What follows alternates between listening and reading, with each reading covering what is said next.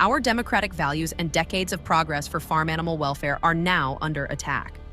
The National Pork Producers Council, after losing at the ballot box and in the U.S. Supreme Court when justices upheld Prop 12, is now doubling down. Backed by foreign-owned factory farms, their latest bill would hand massive new power to conglomerates like Chinese-owned Smithfield Foods, which already controls a quarter of U.S. pork production. If passed, the Food Security and Farm Protection Act would undermine decades of animal welfare reforms, jeopardize the livelihoods of family farmers, and give a green light to foreign-owned hog operators to bring their high-rise factory farms to American shores. That's why you're here tonight. Our panel will reveal what this bill really means and how you can fight back.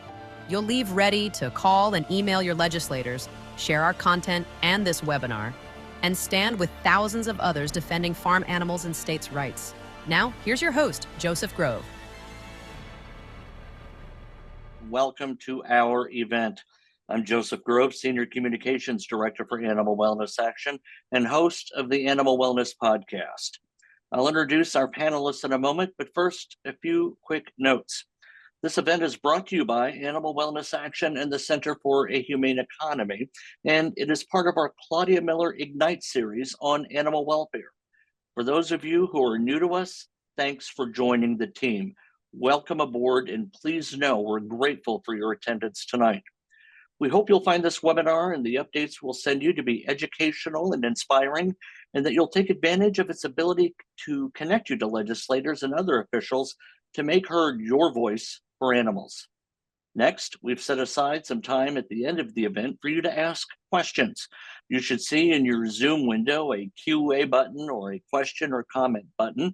Please enter your questions through that button. I'll keep an eye on them, answer those I can in real time, present the ones for the panelists at the end. Finally, everyone who registered will receive a link to the recording of the webinar tomorrow, as well as any assets that may be mentioned throughout. We invite you to share that link with anyone who may have a similar heart for animals. Now, I'll briefly introduce our speakers. First up will be Wayne Pacelli. He is the founder and president of Animal Wellness Action and the Center for a Humane Economy. Recognized 7 times as one of the nation's top nonprofit executives, he's a 2-time New York Times best-selling author and has spearheaded over 1,500 state and 100 federal laws for animal protection. Dr. Jim Keene serves as our Director of Veterinary Sciences, bringing 30 years of veterinary and biomedical research experience. He's internationally recognized for his courageous whistleblowing on animal abuse at USDA facilities and currently holds a visiting fellowship at Harvard Law School's Animal Law and Policy program. Dr. Thomas Poole is our senior veterinarian with an impressive background spanning military and public health service. He's a Harvard-trained public health expert who spent 26 years in the U.S. Army, ultimately commanding the worldwide Army Veterinary Command. After retiring as a full colonel, he served 17 years as territorial veterinarian for Guam. We'll also have a video presentation from Dr. Galina Hale. She is a professor of economics at UC Santa Cruz. She served as a research advisor at the Federal Reserve Bank of San Francisco and as an assistant professor of economics at Yale. Dr. Hale has published more than 30 articles in leading economics and finance peer-reviewed journals. Thank you for your patience through all of that. It's a mouthful. All that said, I'll turn it over to Wayne Pacelli. Wayne? Joseph, thank you. Thank you for hosting, and I'm excited to be participating with you and also with 2 other colleagues, Dr. Jim Keene and Dr. Tom Poole, both agricultural veterinarians with incredible public health experience. And gentlemen, thank you for joining us tonight. We're here to talk about an effort in Congress, 2 bills. One of them is called the Save Our Bacon Act, and the other is I believe it's Food Security and Farm Protection Act. And those bills are quite simple in their purpose. They seek to overturn the state's most important farm animal ballot initiatives, the most important farm animal state laws in the nation. Prop 12 has gotten the lion's share of the attention. That was a 2018 ballot measure in California, which, by the way, is the #1 agricultural state in the nation by a country mile. 9 of the 10 biggest counties by agricultural commerce in the United States are based in California. So this is a state that has a deep and rich tradition, the biggest agricultural state in our country, again, by a very substantial margin. In 2018, voters, by nearly a 2-to-1 margin, built on an existing set of laws after voters 10 years before, also by a landslide margin, established important protections for veal calves, laying hens, and breeding sows.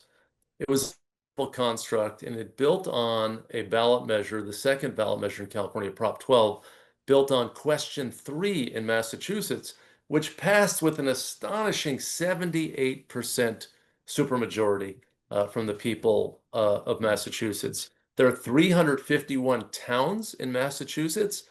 348 of them favored this ballot measure.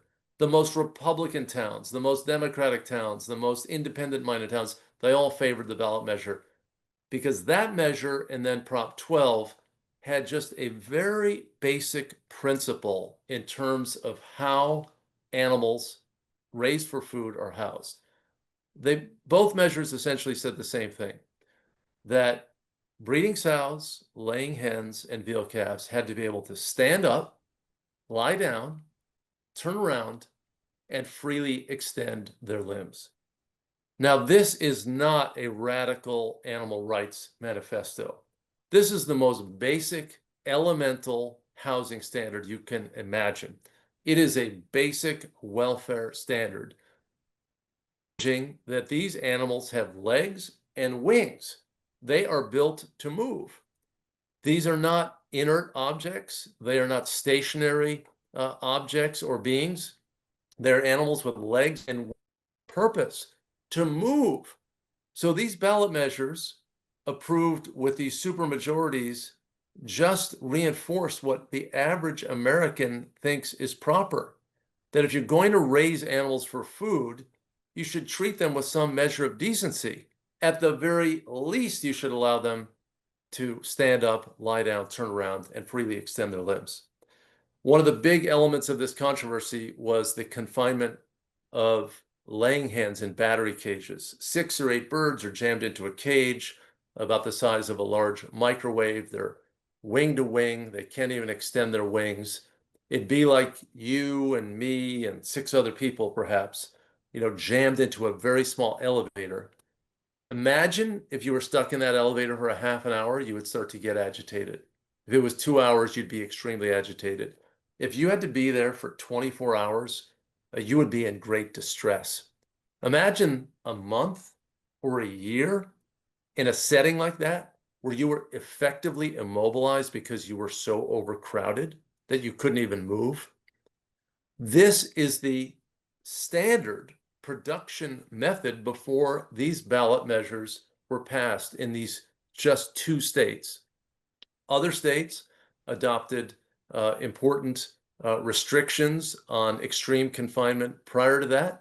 But Massachusetts and California were a little different in not just saying we're going to have these production standards to give the animals an opportunity to move around at least a little bit, but they also said that if you're going to sell eggs, pork, and veal in these states, that the producers supplying those animal products, no matter where they're located, had to conform to those housing standards so the animals could move around a little bit.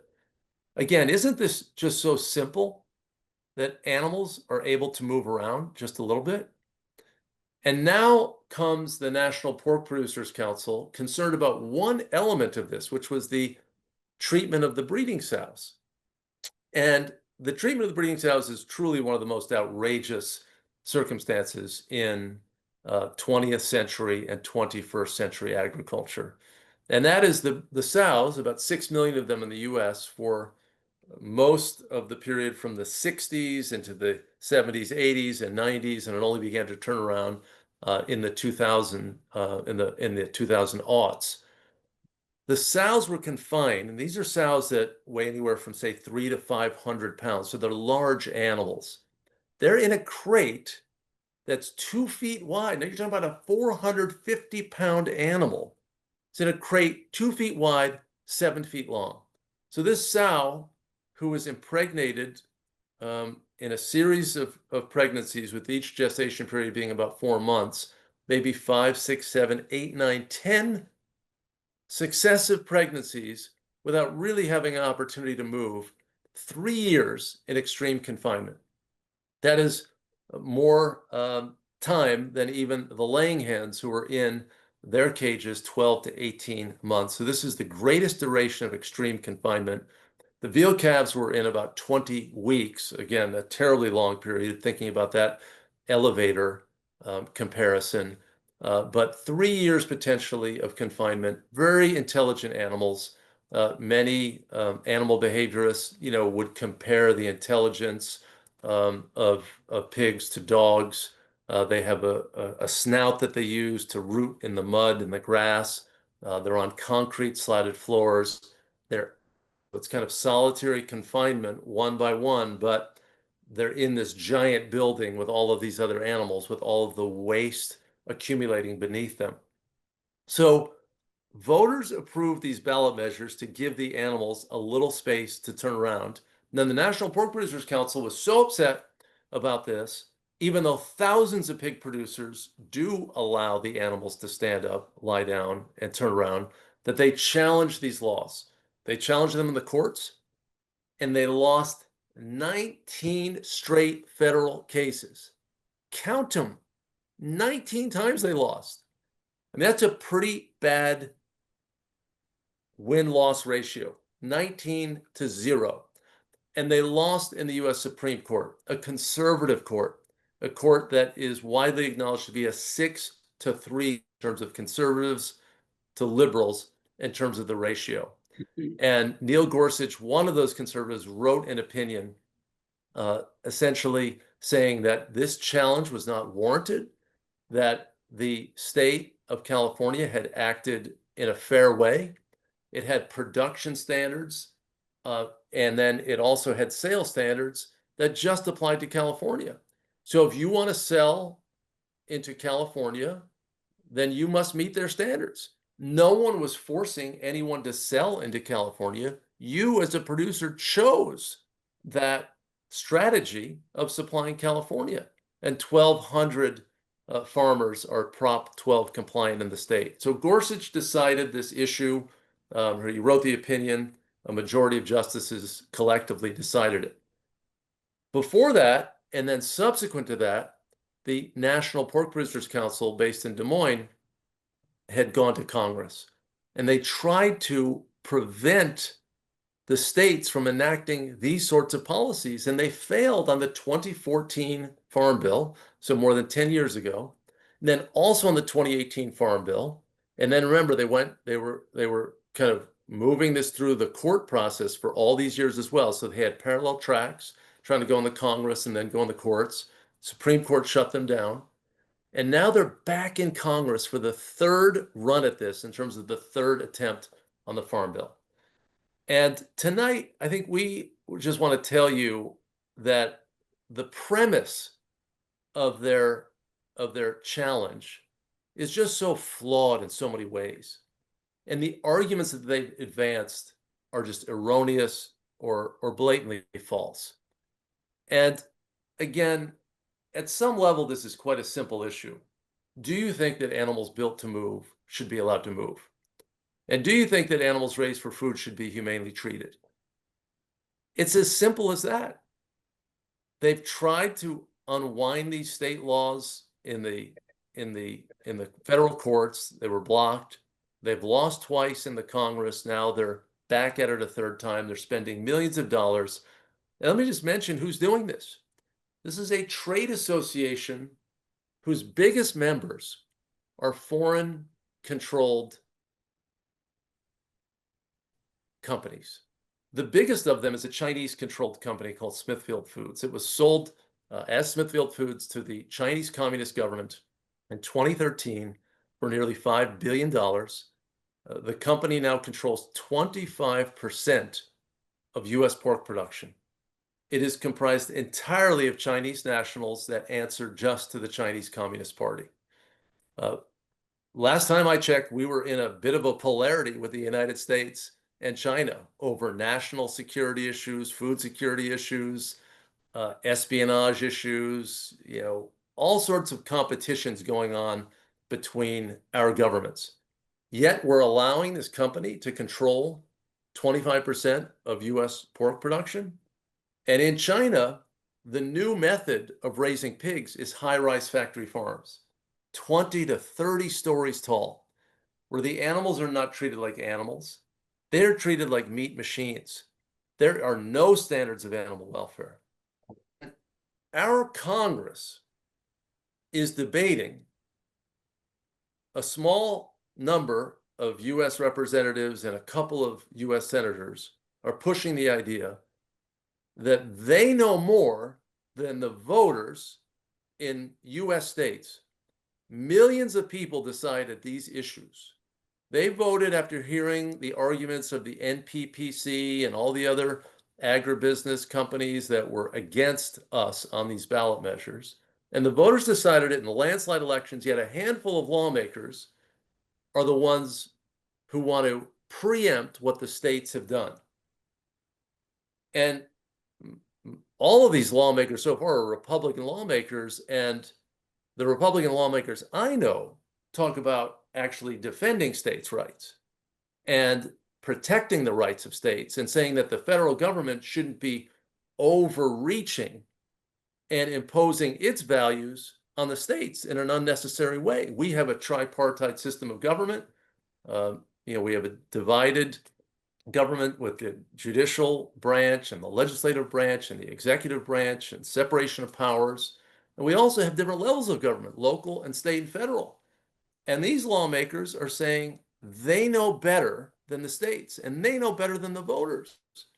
And I think what we're here to tell you tonight is that these people are actually deeply misinformed about so many aspects of this debate. Elements that we have identified as severely flawed or erroneous are detailed in a report on our website about this issue, a 40-page report that Dr. Keene, who's on this call, and Dr. Poole, who's on this call, wrote with Dr. Svetlana Fagan. And there are many different elements that are flawed.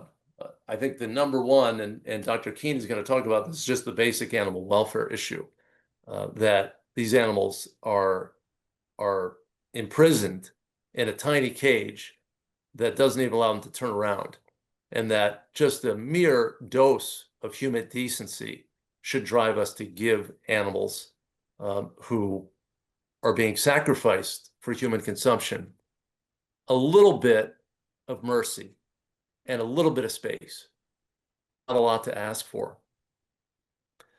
And I just want to point out that these factory farms in China, these 30-story high operations, if the Chinese government, which is directing the economy in China, thinks that that's appropriate, and now the Chinese government is directing Smithfield Foods, why wouldn't they try to bring those 30-story high-rise factory farms to the heartland of the United States? We are defending against that. But why is the Congress even having this debate? The Congress should be debating whether we should have federal animal welfare standards for farm animals. And one reason that the Congress might do that is to have a level playing field for producers. Now you have responsibly minded farmers who are giving animals space to move because that's their ethic. That's what they know is to be, an animal husbandry practitioner, a farmer, not just a meat producer, but a farmer who pays attention to the animals at the center of the enterprise. And while using the animals, doesn't subject them to harsh privations that disregard their feelings and their natural instinctive behaviors. So, two bills in Congress to wipe out our state laws in the absence of having any federal protections for farm animals that would level the playing field for farmers so that the farmer who is adhering to humane standards isn't undercut by someone who is taking moral shortcuts by mistreating the animals. That is a very strong American value system. And that's a warranted action, I think, for the federal government to think about imposing those standards. Rather than having that debate, they're trying to substitute their judgment for the voters and the elected officials in the states. And I think it just conflicts with states' rights principles. It conflicts with the values of American farming and the policymaking that's done at the state level that matters and that counts. But before going on further, let me turn it over to Dr. Keene, Dr. Jim Keene. He's a resident of South Dakota. He's lived on his family's farm that dates back to the 1880s. He was a career USDA research scientist and worked at the University of Nebraska Veterinary School and Biomedical College. Dr. Keene, thank you for participating. And I'm just, amazed that sometimes we forget about the animals at the center of these enterprises. And it shouldn't be us as animal welfare advocates reminding a trade association whose wealth is generated by processing pigs at the end. Yeah, thank you, Wayne. Yes, it's interesting that I've been working on this issue, as Joseph mentioned, or you mentioned, it's going on for about 3 years now. So I've been involved in it for 3 years, and it's amazing how little time the animal welfare issue gets, even though that is the root of the whole issue, is treating animals that are destined to be on our plates, of those of us who eat meat, with some humanity and some humaneness and some respect. But the National Pork Producers Councils and the Farm Bureau, the other big ag agencies that are pushing these I'll call them anti-Prop 12 and anti-Massachusetts Question 3 measures, they rarely mention the animal welfare at all.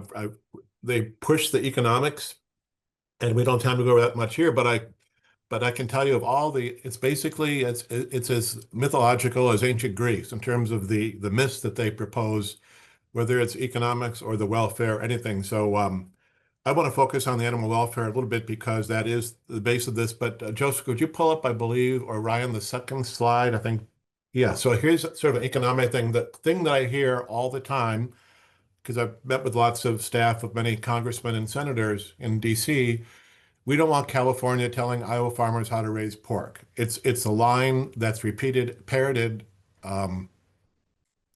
almost every office that would go into. But the reality is only 2 states, California and Massachusetts, have a requirement that pork or eggs or veal sold to the states meets those minimum space requirements that Wayne mentioned, be able to stand up, turn around, lie down. And so meat sold in those states, no matter where it originates, has to come from, in this case, sows that can do that. So there's 46 million consumers in California, Massachusetts. California is the largest state, so it is the largest consumer of pork and eggs and veal.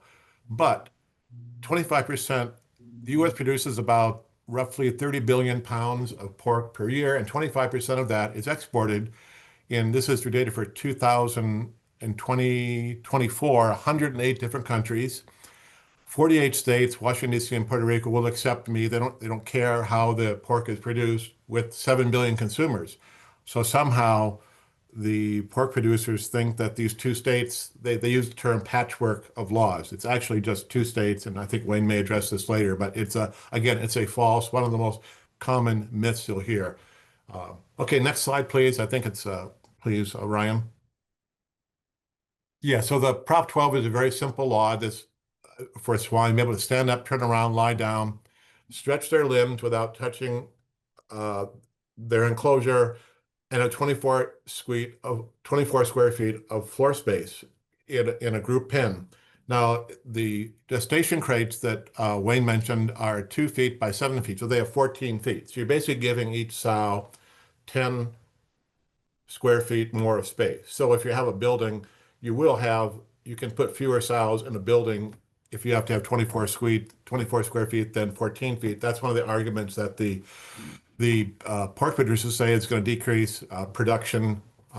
Actually, I just checked today, the pork production for this year. The prediction was that pork production is going to go down nationwide because of Prop 12. Actually, it's the second highest ever on record. 2024 was the third highest on record. So that's another false statement.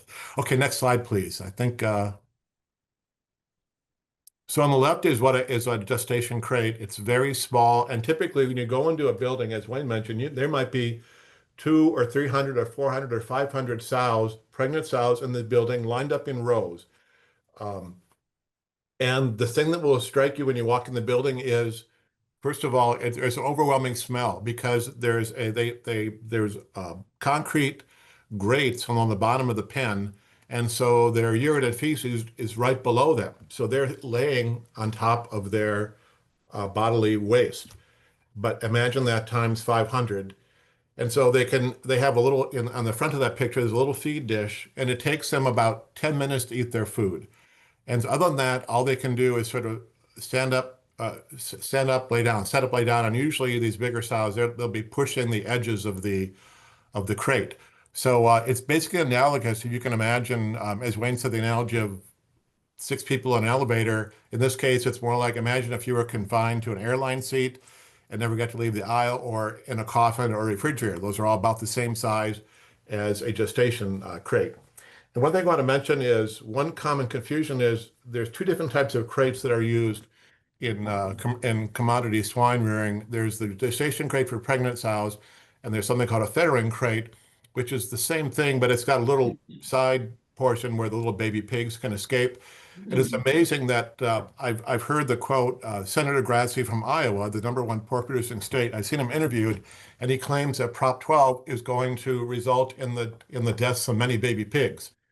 He doesn't even know the difference. I mean, it's kind of shocking to me that someone from the state of Iowa, and he's not the only one, does not know the difference between a gestation crate and a fettering crate. One is for pregnant sows, one is for giving birth and raising the baby pigs. Prop 12 does not affect the baby pig part. I think there's one more slide, please, Ryan. Then we'll move on. So there's basically 3 types of issues that from a veterinary side, health issues. There's basically injuries and infections. A common one are ulcers or infected abscesses, because they're in this, again, filthy environment. A second issue is behavioral. They're called stereotypies, like bar biting, or another thing is they won't respond. They'll be sitting in their pen. Again, they're in there for at least 4 months, multiple times over multiple pregnancies. So you could throw cold water on the sow and she'll just sit there and won't respond, or won't respond if you would hit her with a pole or something. They just become non-responsive. It's like mental illness. And a common thing you'll see is called dog sitting due to pain. So it's just a very bad situation I think, from any animal health or animal welfare side, that these sows are put through for the majority of their lives, because typically a sow will have, say, 6 to 7 pregnancies. So they're in the crate for 4 months, then they have 1 month raising their sows, then they go back in the crate. So they're going to be in those crates probably 85 to 90% of their entire life. So it's a very, very, very harsh life. Okay, I can, so basically health issues, emotional states, and very unnatural, denatured life. There was a famous Colorado State, Bernie Rollins, a philosophy professor, and he called it, they have no telos. A pig cannot be a pig in a sow crate. So I would agree with Wayne. From what I've seen, it's probably the worst example of animal abuse in production agriculture that exists, because of both the severity and the length of it, basically the entire life of a sow. Okay, I'll pass it on to Tom. Yeah. Well, Jim, thank you for that. And let me just mention one thing before turning it over to Tom.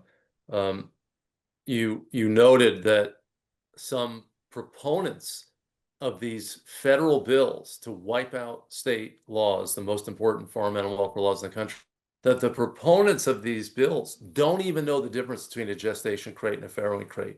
And they keep talking about how the piglets are going to be crushed when Prop 12 and Question 3 do not cover farrowing crates. And I've heard leaders of the Ag Committee who have been they keep repeating this. They don't even know the basics. And they're trying to tell us that they're smarter than millions of voters, millions of Americans, and they're going to hand over control of our pig production to foreign-owned companies, including the Chinese government? I mean, to me, this is astonishing. And Tom, while I turn it over to you, let me just go off. I mean, I've heard people in this space saying, well, because they're productive, because they're still producing young, that means that animal welfare is fine. That if they're able to produce, then that means their welfare is adequate. What do you think about that, Tom? No, I disagree with that completely. These poor sows, they live a life of about 2 years. They get burned out in about 2 years. And normally, a sow can live 20 years and we just use them up. But I'd like to back off and mention that I think animals can be raised humanely. I come from, family farmers. We have been raising beef cattle for 4 generations now in Oklahoma, and we're still doing it. And we work really hard to do it humanely. And I wouldn't be a veterinarian if I thought that this couldn't be done humanely. And we've dedicated ourselves to it. And as I like to tell people, sometimes a fence will go down. Usually it's when somebody drives through the fence and knocks it down. And often the cattle will get out, but they look around and kind of explore a little bit, and then they come back in. They don't want to get away. They know that we protect them from everything. We protect them from disease and predators and cold and drought, and we feed them and we medicate them, and we do everything for them, and they know it. When you go in there with your pickup, the cattle chase you. They run up to you. So it can absolutely be done humanely, and I feel strongly. I'm not vegan. Many of my coworkers are, but I'm not. I think that there's nothing immoral about eating animal flesh, but if you have the ability to do it humanely, and we do, then you have that obligation. And I know my family is doing it humanely, and I know that these sows it's just really one of the worst parts of the animal industry anywhere in the world, and we're doing it right here in America. And I've worked all around the world with in my Army career. There's very few countries I haven't visited for working, and I've seen some horrific things. And yet, if I could just get you to walk into one of these sow barns and see what they're like, and we have videos we could show you, and Wayne won't let us because they're that horrible, that he doesn't want to offend the sensibilities of people. And I understand that, but it's hard to make people understand how horrible this is. And an example of that was the American Association of Swine Veterinarians. Until a couple of years ago, when you would go to their website and open it, they would flash up this cover page that would ask if you're feeling suicidal, because the American swine veterinarians have the highest suicide rate of any veterinarians and probably any medical professionals, period, because they are working with these poor animals that are just being tortured round the clock for 4 months at a time, and then they're out for 3 weeks or a month and then right back in again. And seeing how those animals suffer, I really felt like Dr. King just lightly touched on it, but you just can't imagine how those poor creatures are suffering, and there's no need for it. These family farmers are being wiped out by these conglomerates. 40% of it's owned by China and Brazil, and they come in there with the economy of scale that these family farmers really can't compete against. But having this option, then there's already 1,200 farms that have qualified for California's Prop 12, and that's very good for us because we're not having to compete with these 30-story factory farms. And that's a very good thing. I think these family farms are wonderful from many different standpoints. For one thing, is a food security thing. I hate the fact that 40%, and by the way, that number is growing. The percentage of our food production that is owned by foreign conglomerates, and they're often unfriendly foreign conglomerates. So as Wayne said, our federal government, instead of trying to wipe out state laws that protect animals, they should be making national laws to protect animals, because this is just an outrage, and really we need to address it. And I would like to thank all of you, particularly the 700 plus of you that took time out of your evening to join us, because the work we do, pales in comparison to the work that you can do. If we can convince you and arm you to write your legislators, that's really how we win this thing. It's not the work we do that's going to win this. It's the letters, the calls that you make that are all the difference in this thing. So I would just want to thank you again and ask you to please find the time to do that for us. Tom, thank you very much. And one thing that we didn't really cover too much is this increased cost issue, right? I mean, you mentioned cattle farming. I mean, we're not sticking cattle in a cage where they can't move.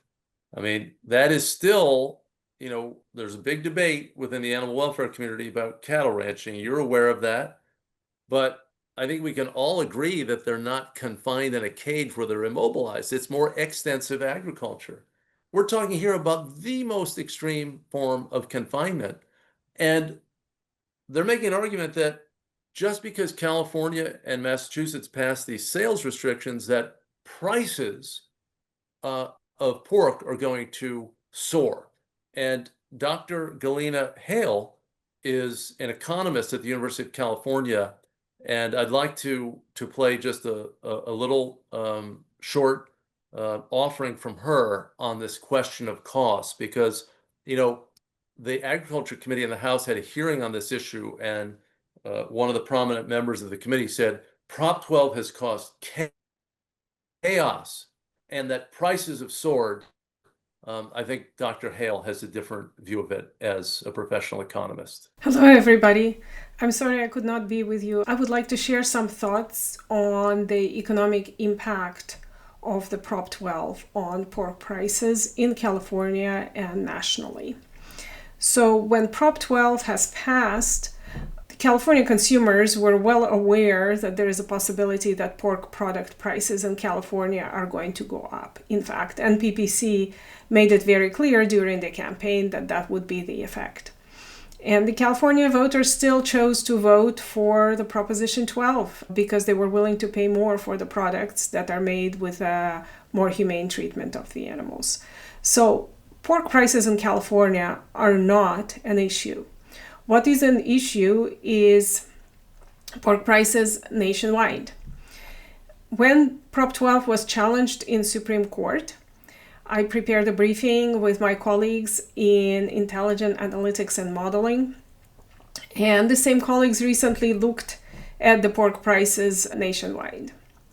So what we find is that pork prices in other states are pretty much unaffected by Proposition 12, either partial or full implementation. And so when you hear the argument that pork prices have gone up, that is with reference to California. That is not with reference to other states. So what happens in other states? The economics is very simple. And in fact, it's really well spelled out and modeled in the Supreme Court brief by UC Davis economists on behalf of neither party. What they show is, as California imposes restrictions on what types of pork could be sold in California, the supply of non-compliant pork in other states increases. And so the prices of pork products in the states that do not impose restrictions actually go down. Now, they don't go down by very much because California's share in the North American pork market is only 9 to 10%. But they definitely don't go up. And so this is what the UC Davis economists have forecasted in their briefing.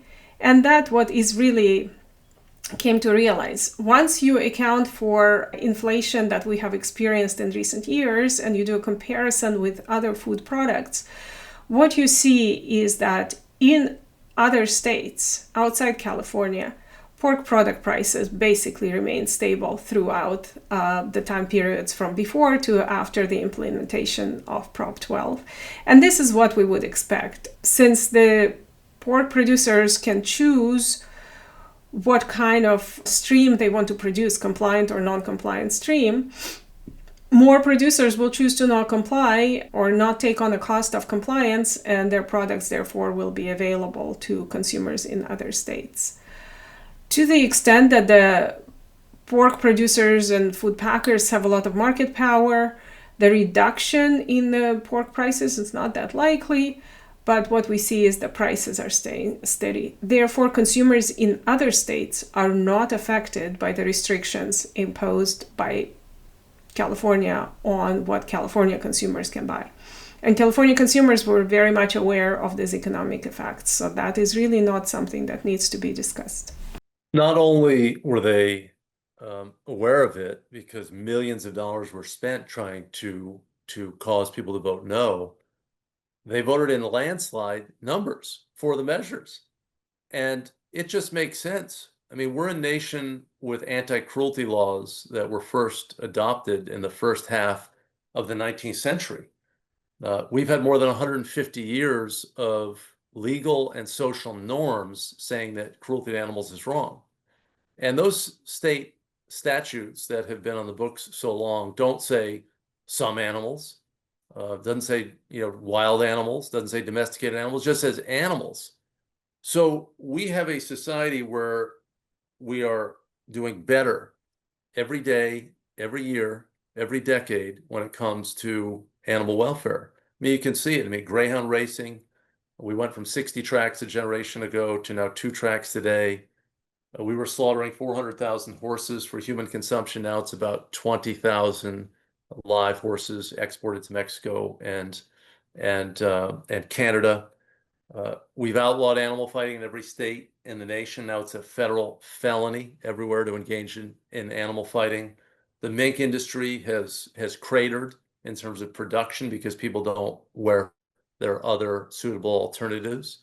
We at the Center for Humane Economy just ran the table with all the major athletic shoe companies that stopped sourcing kangaroo skins obtained by commercial shooters going into the wild and shooting these native species to the tune of 1.5 million of them a year, orphaning the joeys in the process. Adidas, Nike, New Balance, Mizuno, Asics, they all said they're getting out of this trade in kangaroo skins. So you have all these different metrics and measures of progress on animal welfare.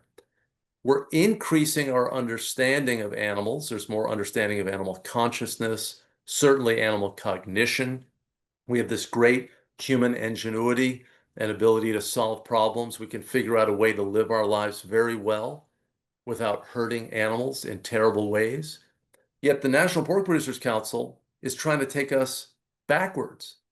The national egg industry is not supporting this legislation because they know that their producers are transitioning to these more humane standards. They don't want to be dumbed down. They don't want to be out of alignment with the values of their customers, and they don't want to give the advantage to certain producers who are taking moral shortcuts and then making it more difficult for the farmers who are actually playing by the rules. So the pork industry is standing alone. The veal industry is not involved in this debate. The egg industry is not involved in this debate in terms of supporting these policies to overturn our state laws. And the pork producers, the National Pork Producers Council, the trade association, is dissing thousands of pork producers who are allowing animals to live in more extensive environments. We think already 45% of all sows are out of these gestation crates. So really what the National Pork Producers Council and their allies in Congress are doing is they're picking winners and losers. And you know what they're picking? They're picking foreign-owned conglomerates. The main one being a Chinese-owned, completely controlled entity of the Chinese Communist Party. That's what's going on here. And I am, struck by the fact that this factory farming system, where they put animals indoors and you confine them so severely in the most extreme cases, that is not a tradition in farming. Dr. Keene's family farm never knew this in the 1880s or in the 1910s or the 1940s. And Dr. Poole's farm in Southwest Oklahoma never knew this sort of production strategy in 1900 or 1950. This was developed in the 1960s. This was an innovation, certainly factory farming and jamming animals into spaces that are barely larger than them. That is an innovation that did lead to more productivity at some level. But it was an innovation detached from human conscience. Because if you have a conscience, understand what's going on with those animals. What we need to have is human innovation attached to conscience. We need to be the ones to figure out how to responsibly handle animals in the world in which we live, because they matter too. Their lives matter, and especially for those animals. I remember Senator Robert Byrd of West Virginia, who grew up as a butcher, going to the Senate floor and talking about the humanity that these animals are sacrificed for us, and the very least we can do is treat them with decency, the very least. So Joseph, you probably have some questions from some of the participants. You're muted, I believe. Yep. Thank you. In fact, a lot of engagement on this issue, no doubt sparked by everything you gentlemen have said. So first question, how can consumers identify products outside of California, in this case, or Massachusetts, who have been humanely raised? Is there an easy way to find humanely raised products in the grocery store? I'm sorry to say no, there's not, because we have no federal standards that exist. The only federal standard is an organic standard. And the most recent iteration of that organic standard does include quite precise definitions for animal welfare. And they're multivalent. You know, Prop 12 and Question 3 were really just one metric, which was space allotment for the affected or covered animals. The organic standards are a much more diverse set of standards. And in fact, one of those organic standards is that the animals actually have access to pasture. But there are limitations on, say, tail docking. Obviously, there are space allowances for the animals. There's the access to pasture. But that's really the only legal standard that exists. And I do think that you know, that's an important standard. We advocated for it. And it was adopted after many years of fighting with the industrial agriculture operators who didn't want to have any standards in agriculture. Other than that, you can check labels, but these terms like natural don't mean a thing. It's just a marketing you know, strategy. And organic's the only legal standard. And it's only 2 states that have these policies. And Jim Keen's point was, you know, the argument from some of these proponents in Congress to overturn the law is that the Iowa farmers and the North Carolina farmers who raise pigs are being forced to do something. They're not. Jim Keen pointed out that 48 states and 139 countries take conventionally raised pork. You're talking about 2 states. And if you're talking about 2 states with 46 million people total compared to 6.97 billion, you're talking about 45% of the pig industry has already moved away from gestation crates. What are they talking about? When you really talk about the exceptions in Prop 12, the Prop 12 standard doesn't cover all pork products. It covers fresh pork. It doesn't cover canned products or combined products or frozen products. So you really, Dr. Hale overstated it a little bit, no fault to her. California and Massachusetts represent 6, in terms of the demand for gestation crate-free pork, represents 6% of demand for pork products. So that means that producers, we just have to have 6% of production to satisfy those 2 states. It's now 45%. I mean, so my head's going to explode. Like, what are these people talking about? Look at the numbers, look at the facts, look at the details. They don't support what you're saying. Let me take your next question, Joseph. Okay, very good. There's a conception, right or wrong, that humane farming is tantamount to more expensive farming. Our questioner asks, is humane farming scalable? Well, it's a great question. I mean, you know, I think Dr. Poole would say that, you know, the cattle industry, you know, doesn't have any of this intensive confinement. Tom, what's your take on that issue? You're muted as well. Sorry, that's sort of one big advantage that cattle have over hogs is that cattle can eat grass. And you know, grass is this unbelievable gift from God that is otherwise pretty useless unless you have ruminants that convert it, you know, to beef and leather and milk, all these wonderful things, and nothing else can do that. And so that's why you don't necessarily have to confine. Now, we do have feedlot operations for beef cattle where they are somewhat confined, but nothing like what happens to these poor sows. So there are some differences there. Is it scalable? Yes, I absolutely. I mean, we know for a fact it has been. Most, if you go back 40 years, most of the hogs in America were raised humanely. This is a recent change. And yes, it does make it a little cheaper. But and I don't think you can ever get away from the fact that you can make it cruel enough that it's going to be cheaper, but the price is too high. We just simply can't do that. And the point that I make over and over again is that the greatest threat to animal agriculture, as I wrote there in the answer to Kim, is the idea that people think animal agriculture is cruel. And as that idea spreads, people are going to move away. And now there's lots of options. People are making this near beef and miracle beef and almost beef and all these other meat substitutes. And now the billionaires are making them in petri dishes. And so people are going to move away. And these animals aren't going to be released to roam the hillsides. They'll be extinct. These animals are not going to exist anymore if we stop animal agriculture. So I just believe so strongly that it's not an option. We have to do it humanely or the whole thing's going to go away. Well, let me also say that what's clearly not sustainable is this industrial confinement model, because you can look at U.S. pig producers in 1975 numbered 700,000. Now it's just north of 60,000.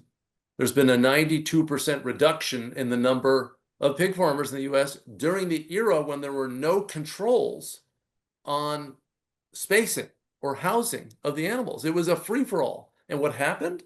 Consolidation, foreign control, loss of family farmers in rural communities.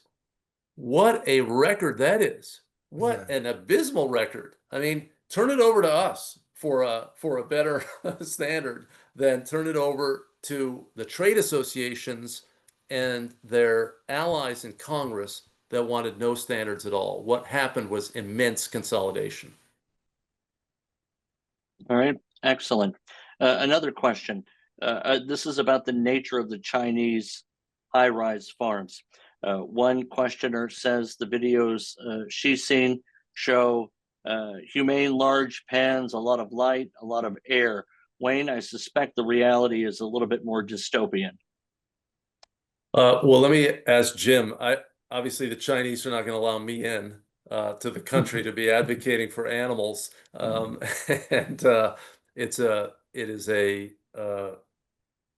it is not a country that's had a philanthropic tradition. It hasn't had groups like Animal Wellness Action, the Center for Humane Economy, and other groups kind of, pushing these ideas and promoting these ideals for, 200 years.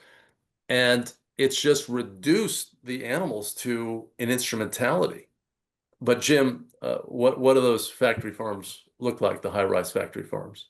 Well, my understanding is, of course, I've never seen one, and I doubt if they allow visitors. Well, first of all, I should say the reason they built those is prior to really the past 5 years, they had an outbreak of African swine fever that killed about 200 million of China's 400 million pigs over a couple of year period. Up to that point, they had many hundreds or millions of small producers raising a small number of pigs. And unfortunately, those conditions allowed the spread of African swine fever. So this was a response to that disease because it wiped out half of their pig population. So it's a disease control method. And basically, the pigs are born on one end of the floor. And as they grow, then they're sent to slaughter at the other end. So they never leave the single floor that they're born on. The sows either. So sows at one end, they give birth, and then the pigs get fattened. And each of those buildings, depending on the size, produces more than 1 million pigs per year. So they make our factory farms look like Lego kits, basically. Yeah, and there's simply no space for movement, and there's no opportunity to feel sunlight on your back or soil beneath your feet. There's no socialization. I mean, these are herd animals, right? Herd, but within limits. Right? A herd is a set number of animals or a framework of animals, not endless numbers, but also not kept in isolated cages. And I should mention too, I just thought of this at the moment, really China and the US are the only large pork producing nations to still use gestation crates. Most countries in Western Europe, Australia, New Zealand, they may allow use of gestation crates early on, maybe the first month of gestation when the embryos are forming, but after that, so it's a very limited time. But historically, we're on the wrong side of history, and so is China. So hopefully, the humaneness of the rest of the world will filter over to the U.S. at some point, I hope. Wayne, I'm sorry. No, please. I worked extensively in China and was in both not beef cattle, but dairy cattle and swine operations. And some of it was way deep in the interior. It was so far in the interior that this Formica organization, this Foreign Military Intelligence, came to me and they wanted me to get intelligence because I was going into areas where none of them had ever been. And there's absolutely no humane standards, I mean, anywhere. That is just not an issue. And, you know, Chinese is, each character is usually a combined word. And the Chinese character for animal is the combination of a thing that moves. And that's absolutely how they treat it. It's no different than an ashtray, other than that this is an ashtray that can move. But it deserves no more consideration than an ashtray does. It is just simply a foreign concept to them. It just, and that sounds like a criticism, but I don't really mean it to be that way. It's just a fact that they just do not have that sensibility culturally, in my experience. Well, so Tom, neither does the National Pork Producers Council. Exactly. I mean, I haven't seen any evidence of any support for any animal welfare policy. I mean, they've never endorsed the bill to stop animal fighting. They've never supported a humane farming measure. I've never seen any animal welfare legislation gain their support, not one time, not ever. And I've been involved for, nearly 40 years, never seen a whit of that. All right, very good. Wayne, we often say helping animals helps us all. The corollary would be hurting animals hurts us all. Is there a correlation between these massive farms and some of the deplorable conditions experienced by low-wage migrant workers who suffer injuries and don't fare well in that environment? Well, I mean, I think this is one case, where the animals are really just, they're tormented as a normal condition, right? It's not the sort of cruelty of, hitting an animal with a baseball bat or setting an animal on fire or other atrocious things that people have done to animals. This is privation, right? It's immobilization, it's mental anguish, solitary confinement. It's also the atmosphere, right? I mean, imagine what the atmosphere is in one of those high-rise factory farms or one of the US factory farms, all the ammonia and all of the waste. I mean, it drops below the slatted floors and creates a lagoon. And then when you talk about, all of that effluent that goes into the environment, that goes into rivers and kills fish and kills other animals at these concentrations and at this volume, it's a poison. So yes, I mean, it's connected to a lot of other social concerns. And this is why scale matters. And animal husbandry and farming matters. I mean, farming is a notion of, here's a farmer, here are the animals that he or she is tending to. When I went to some of these giant egg factory farms, there's nobody there. I mean, it was just animals. There was nobody tending. There was no farming. This was animal production. This was not animal care. Animal care is not even part of the equation. Production in their mentality, and that is wrong, because we know that people can produce offspring in terrible conditions. I mean, they can be, in distress. They can be, sleeping in a ditch. They can not have any of the comforts of life, and reproduction can happen. And we're extracting as much as we can from these animals and showing them no mercy at all. All right.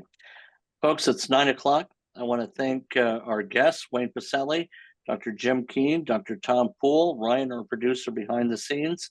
And thank you to the many people who showed up, and for the questioners whose questions, unfortunately, we didn't have time to answer tonight.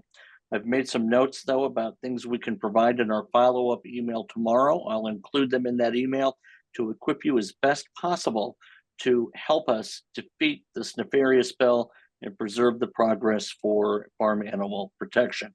So thank you to everyone involved. Look for a follow-up email tomorrow and stay tuned for details on the next event in the series. You can find our groups, Animal Wellness Action, Center for a Humane Economy, on Facebook, X, LinkedIn, and we look forward to engaging with you there and in your inbox as we work together to make a better world for animals, because as we do say, helping animals helps us all. On behalf of Wayne and all of our panelists, I say thanks again and good night.